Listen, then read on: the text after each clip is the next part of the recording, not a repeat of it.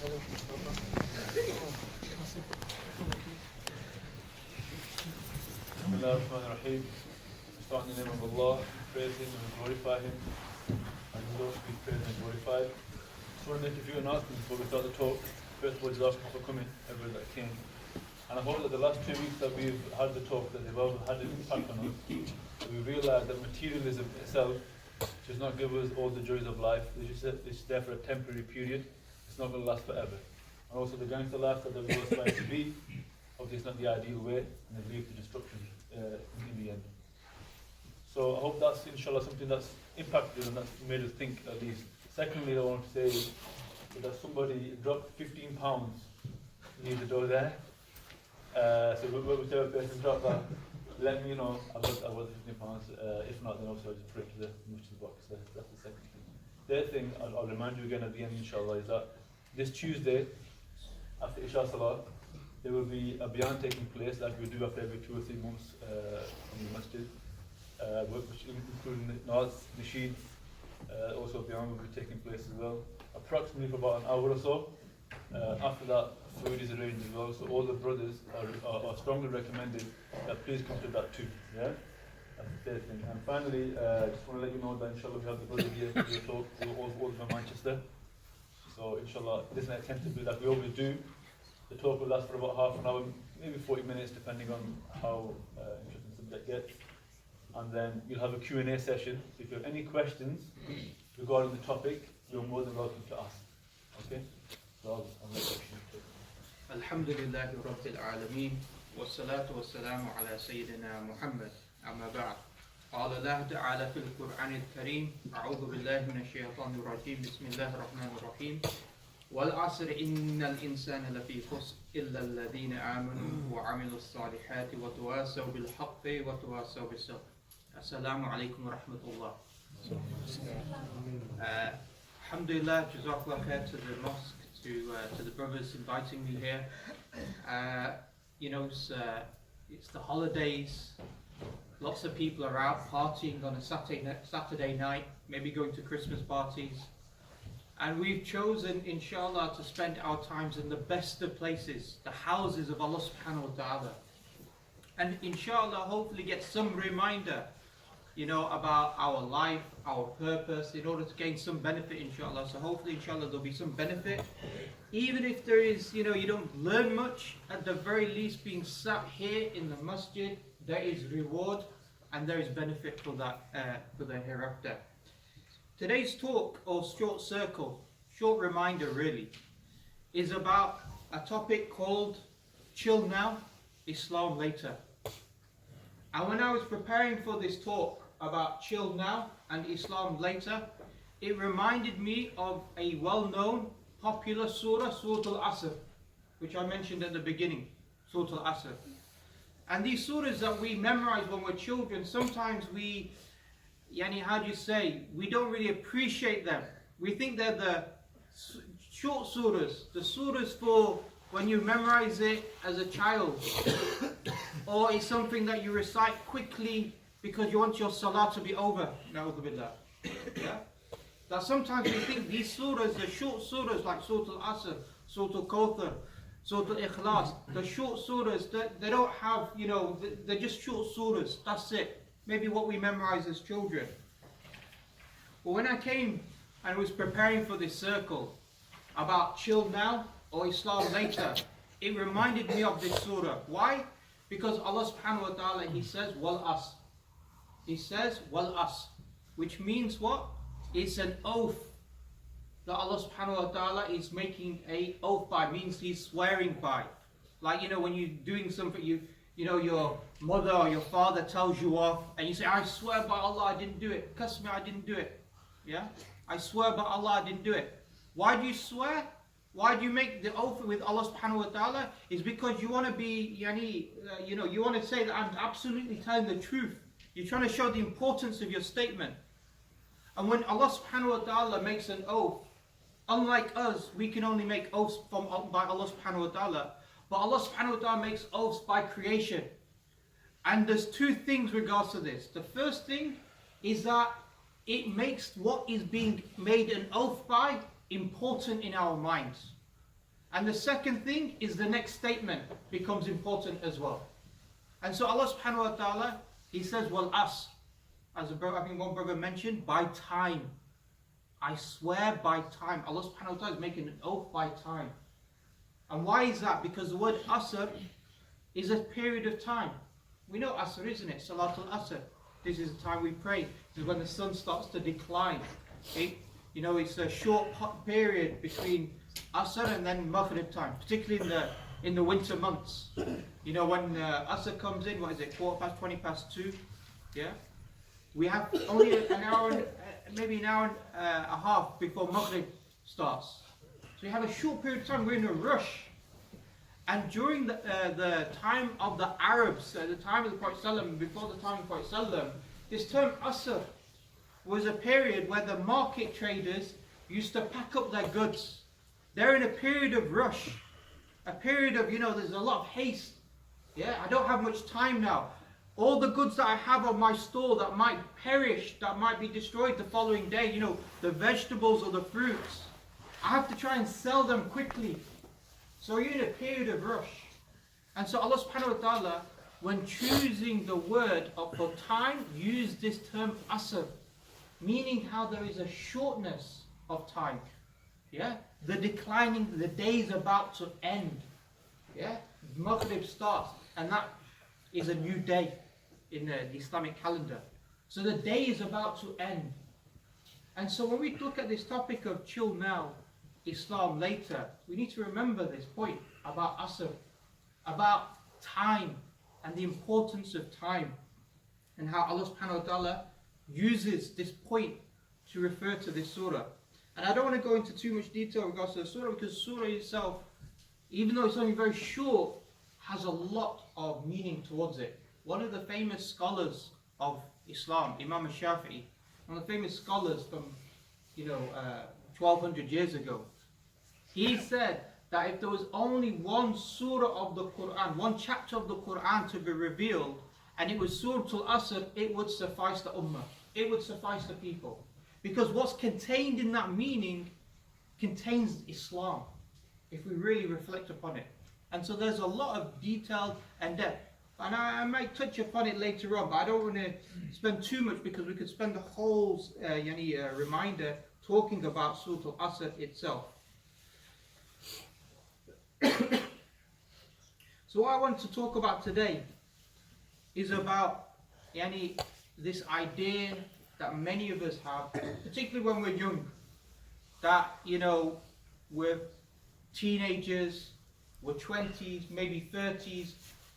I've got all these desires, I've got all these emotions that I want to experience, and Islam's too difficult for me to adhere to.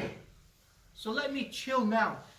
Yeah? Let me, do the things that I want to do, that other people say I should be doing, yeah, through the media, TV, etc. And then when I get older, I will then practice my Islam. I'll fulfill Islam. And we see this mentality exist with a lot of people, yeah, with a lot of Muslims. Whether it's Jummah Muslim, whether it's the Ramadan Muslim. The Jummah Muslim, he says, he doesn't praise Salah throughout the whole of the week. He attends Jummah, he starts to praise Jummah, and because he's heard that hadith from the Imam that says whoever is attentive in Jummah, his past sins and his future week sins, his last week's sins and the future week's sins are forgiven, he thinks, you know what, alhamdulillah, man. Yeah, I just have to pray Jummah. These other people, they don't understand how the game works. I can just pray Jummah and my past sins are forgiven. Similarly, Muslims sometimes in Ramadan, same mentality. I can chill, I can commit haram, I can leave my obligations. But Ramadan is that month where if I fulfill that Ramadan, if I maximize that Ramadan, then the whole year's worth of sins are forgiven. So I've got 11 months to chill, and I've got that 1 month maybe to be Islamic, yeah, go to the mosque, pray my Taraweeh, yeah, fast, and I'm okay. And I've got the rest of the 11 months to do what I want. This mentality. And in fact, it's become now no longer the whole month. People now know about the importance of Laylatul Qadr. So it becomes one night. So they'll be doing all the dodgy things, and then it's that Laylatul Qadr night, 27th night. Yeah, I'm going to pray, fast, spend all my time in the mosque, And obviously we know it's summertime now, isn't it? All the time in the mosque is only about 4 hours. So I just spent 4 hours and that's it. Alhamdulillah, I've got the rest, all my sins have been forgiven. I've become park now, become pure.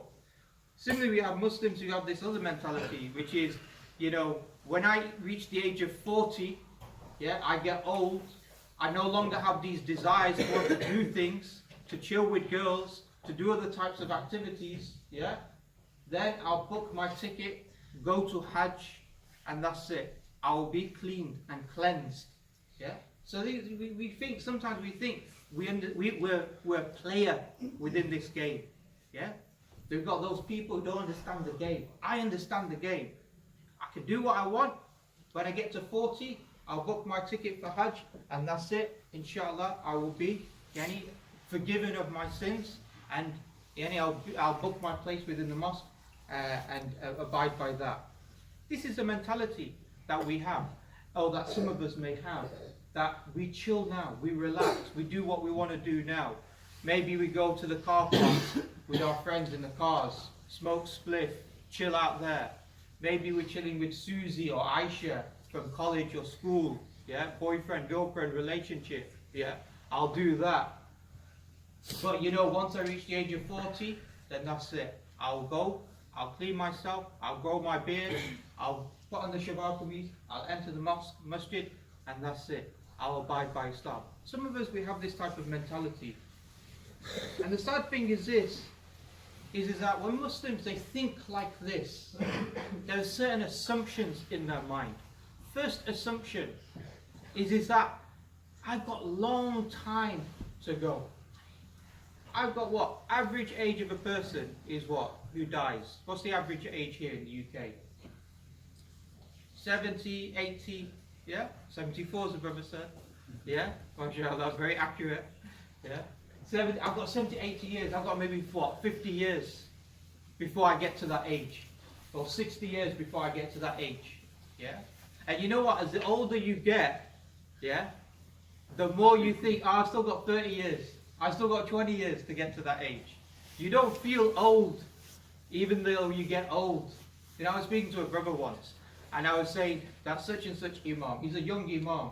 He's about 40 something age, And I thought, 20 years ago, I thought 40 something was old, But when you start to reach towards that age, I don't want to give you away my age, but when you start to reach to that age, then you realize that, that age that you considered old when you were 10, 8, 15, 16, 20, it's no longer old because you're that age. Now you think it's older when they're in your 60s or 70s or 80s. So the reality is time goes so quickly. And maybe it's so hard for us to try to visualize that when we're young.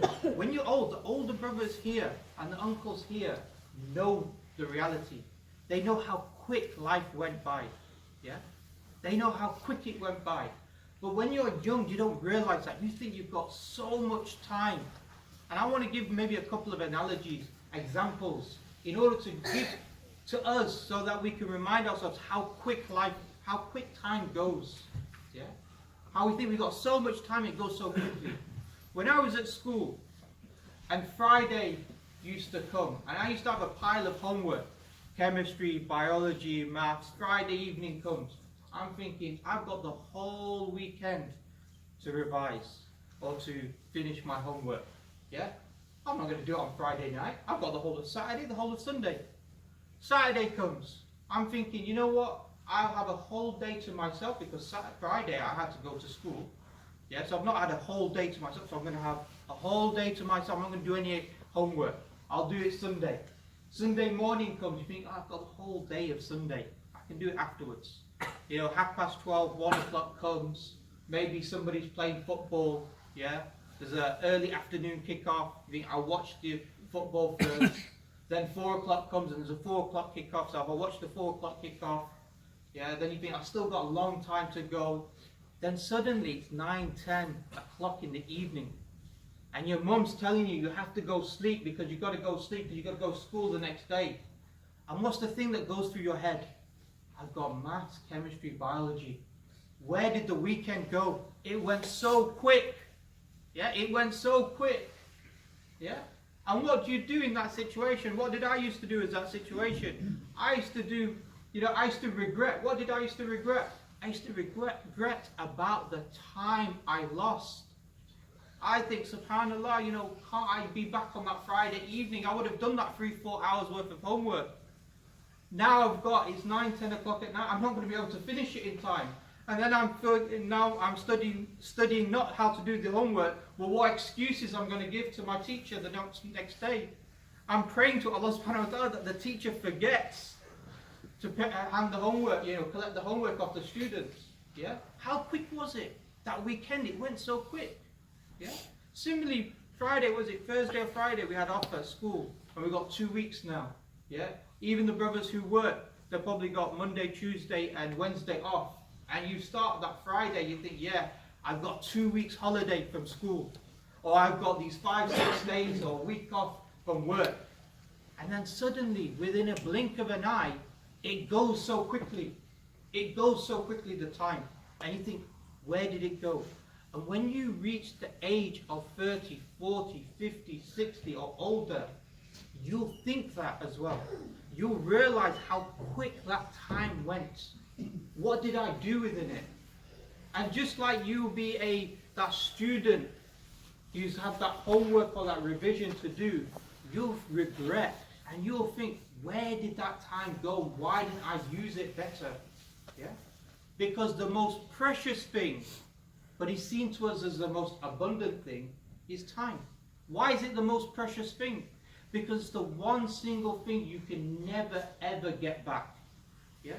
You will regret losing it, and you'll never ever get back. There's no such thing as a time machine. You can't go in a time machine and say, I'll go back 20, 30 years and redo my life. That's it. Once you miss your moment, halas, you've missed your moment completely.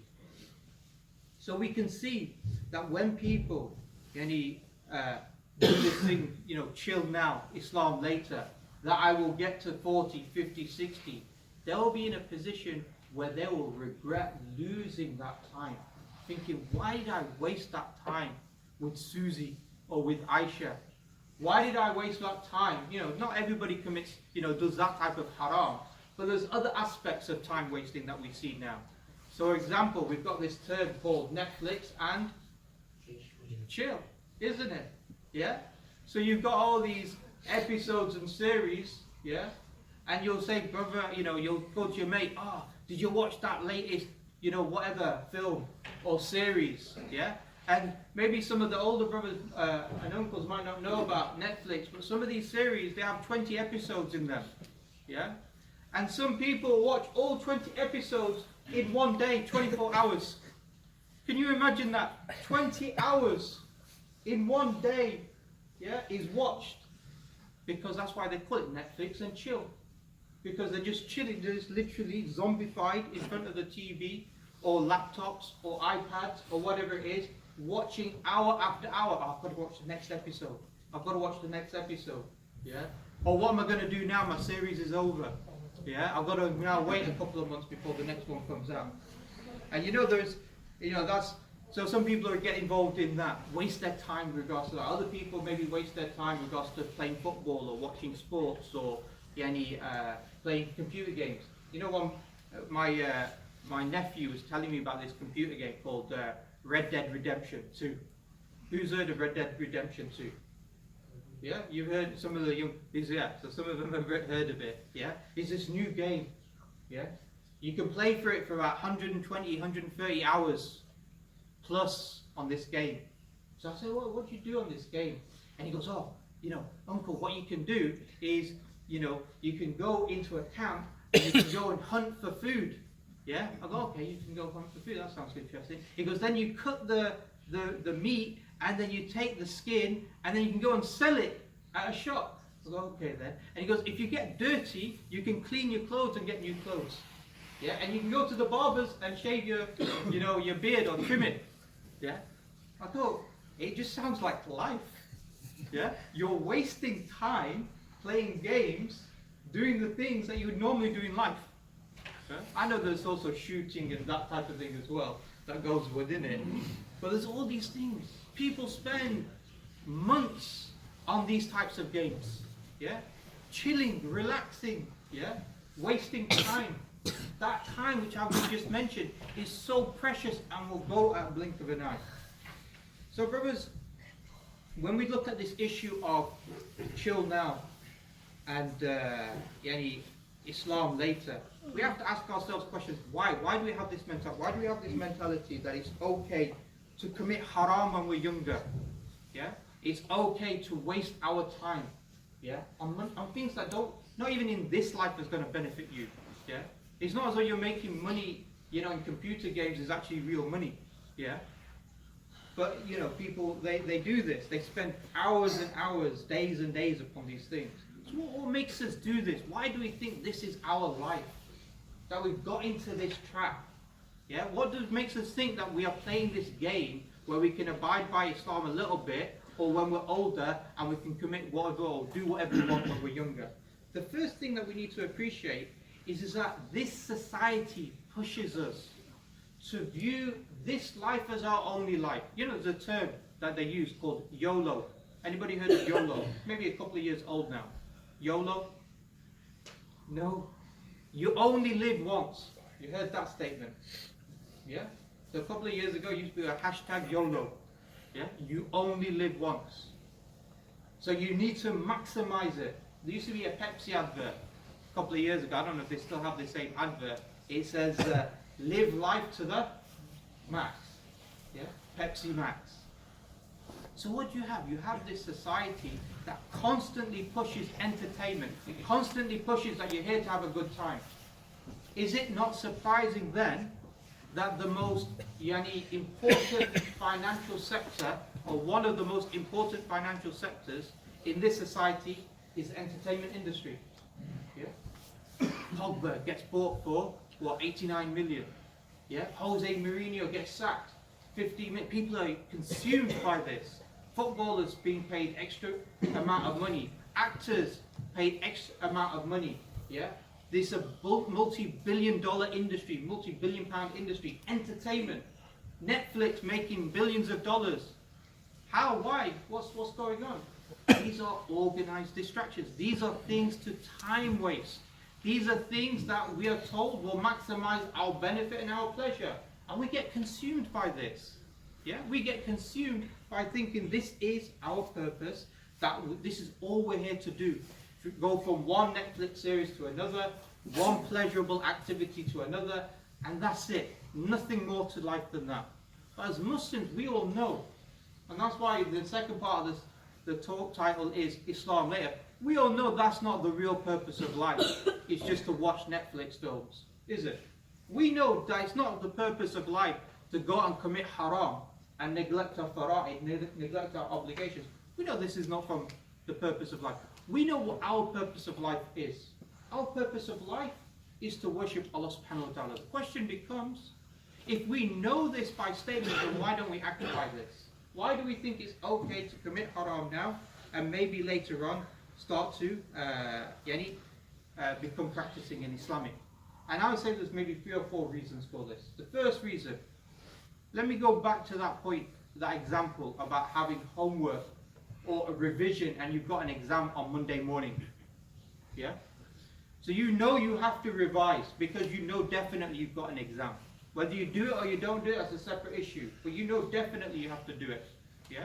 If you know that your whole career, yeah, rests upon that exam, trust me, no matter how lazy we are, we'll do that exam. So we'll revise as well. We'll spend time and effort revising. But if your teacher on the Friday turns around and says to you, you may have an exam on Monday, or you may not have an exam on Monday. 50-50, depends, maybe, maybe not. What are you going to do? Are you going to do the revision during the whole weekend? No, of course not. You're going to hedge your bets. You're going to think, you know what? I'm going to bet there's no exam. So I'm not going to do any revision. Yeah? If I've got doubt in my mind as to the exam, I'm going to leave it. Or I might do a bit of revision just to maybe cover myself, but most of my time I won't. Yeah? It's this mentality of not being clear. Same thing. If we lack conviction in our belief in Islam, if we're not certain 100% that there is a test, Yeah, there is an examination that we're going to face, the day of judgment. That Allah subhanahu wa ta'ala is going to look at every single action that you did. Whether you were 15, 16 years of age or whether you were 80 years of age, everything will come forward before you. And just like I mentioned at the beginning, you know, you're trying to think of your excuses to your teacher to say why you didn't do a revision, why you didn't get the homework done in time. Yeah? You might turn around and say, oh, my dog ate it. Yeah?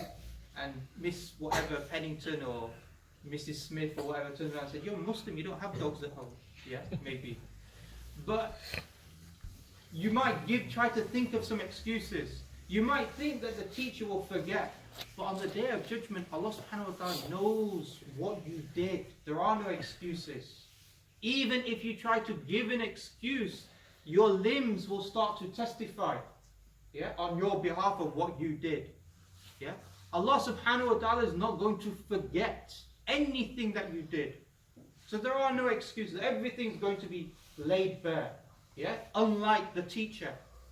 So, but if we are convinced, yeah, of the belief that Allah subhanahu wa ta'ala exists, that there is a hereafter, that there is a day of judgment, that we are going to be judged, then this will push us to understand our responsibility in this life. Allah subhanahu wa ta'ala says, إِنَّ فِي خَلْقِ السَّمَوَاتِ وَالْأَرْضِ وَاخْتِلَافِ اللَّيْلِ وَالنَّهَارِ لِآيَاتِ لِلْعُلِي الْأَلْبَابِ. Allah subhanahu wa ta'ala says in the Quran, He says, indeed in the creation of the heavens and the earth, and the alternations of the night and the day, these are signs for people who think.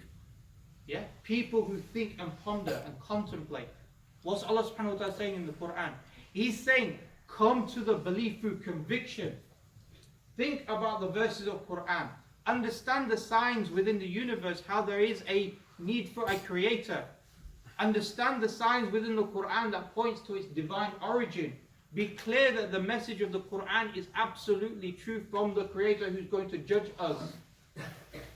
When we understand and contemplate upon that, then we start to appreciate that we're not here to waste our life through Netflix and chill, but rather we are here to worship the Creator, Allah subhanahu wa ta'ala. Secondly, some people, they think that, even they may be clear in their mind, yeah, definitely Allah subhanahu wa ta'ala exists, but they still think to themselves, I still got 40, 50 years of my life to repent. Yeah, I've committed haram, okay, I'll, repent later on. Yeah, as though people get 40, 50, 60 years as a guarantee. Yeah, and I want to give you an example of this. Imagine you have some Muslims and they went to a nightclub. Yeah, and on the nightclub, you've got somebody says there's a bomb in the nightclub. Yeah, maybe a bad example for Muslims to be talking about bombs, but I'm talking about it from a theoretical point of view. Yeah, what's going to happen? Everybody's going to leave, aren't they? They want to escape. There's a bomb. Something's going to happen. Yeah, people might die. You're going to run as far away as possible from it. Yeah. Now imagine if this bomb had a 5-minute timer on it, and it's counting down. What are you going to think? You're going to think to yourself, you know what, I've got 5 minutes. Yeah? I've got 4 minutes, 30 seconds to still, boogie in the nightclub or whatever they do there. Yeah? He's not going to think like that, is he? He's going to think, there's a danger. I need to run away from it as quickly as possible. Yeah? You're not going to be around in that danger. Similarly, imagine if that bomb had an X on the counter, meaning you don't know when it's going to explode. It could explode in the next minute, or it could explode in the next year. What would you do? Would you say, you know what? On average, everybody lives to about 70, 80 years of age. Yeah? So maybe I've got a good few years before this bomb, so I'll continue partying in the nightclub. You wouldn't think like that. You would think death is potentially so close that it could happen at any moment. It could explode at any moment. And this is exactly what life is like. Brothers and sisters, we know many examples, or we should have heard many examples, whether it's on the TV, whether it's in our own families, of young people who have passed away, who have died. Yeah? Just a few months ago, my own cousin, younger than me, she died of cancer. Yeah? Shock to the family. Nobody was expecting it. Yeah? But this is what happens. She was in her early 30s. Yeah? again, we think 70, 80, 90 years of age. We don't think this, but this is the reality of life. And one scholar, he was asked a question, he asked a question to the audience. He said, how close is death? And one person, he responded, he said, death is so close that when you go to sleep, you don't know if you're going to wake up. And he said, no, it's closer than that. And so another person responded, he says, when I start a big meal, I don't know if I'm going to finish it. That's how close death is. And he said, no, it's closer than that. And then they said, well, how close is death? He says, when you breathe in, you don't know if you're going to breathe out. Yeah? That's the X that we have in our life. So this idea that I'm playing the game, yeah, that I can have X number of years as though it's guaranteed, it's not guaranteed, brothers. We know definitely for certainty there is an exam. There is a day of judgment. And we don't know when our life will go. We could breathe in, and that will be the last time we breathe in. And we won't breathe out. The third thing, I think, reason why Muslims have this, is this mentality that Allah subhanahu wa ta'ala is al-Ghafur ar-Rahim. Yeah, He's the most forgiving. He's the most merciful. Yeah. They forget that Allah subhanahu wa ta'ala is also known by other names, like Ad-Dar, yeah, the inflictor of pain and punishment. Al-Adl, the just. Because those who go and disobey Allah subhanahu wa ta'ala, Allah subhanahu wa ta'ala will also punish them. We also need to understand and appreciate that Allah subhanahu wa ta'ala already knows our intention. So if we think to ourselves, I'm going to Jummah and I want to seek repentance for the purpose of committing haram the following week, then Allah subhanahu wa ta'ala is not going to forgive you, because there are conditions for repentance. One of those conditions is to intend sincerely never to go back to committing the haram again. Yeah? So therefore we're not these people who think we're playing a game, because Allah subhanahu wa ta'ala is the one who knows everything, including our own intentions and our own thoughts. We need to understand and appreciate that when Allah subhanahu wa ta'ala created us, we didn't have a choice over this. We didn't choose to be created. Allah subhanahu wa ta'ala created us. And Allah subhanahu wa ta'ala therefore owns us and gave us a choice. That choice is a very simple choice. Either we submit to Allah subhanahu wa ta'ala like everything else within creation, yeah, that we can see, or we disobey Allah subhanahu wa ta'ala and are liable to the punishment of Allah subhanahu wa ta'ala. Allah subhanahu wa ta'ala says, وَمَا خَلَقَ الْجِنَّ وَالْإِنسَ إِلَّا لِيَعْبُدُونَ, that we have not created man or jinn except for worship, except to submit to Allah subhanahu wa ta'ala. Yeah? This is the reality and the nature of our life. And some of us might think, you know what does that mean, worship?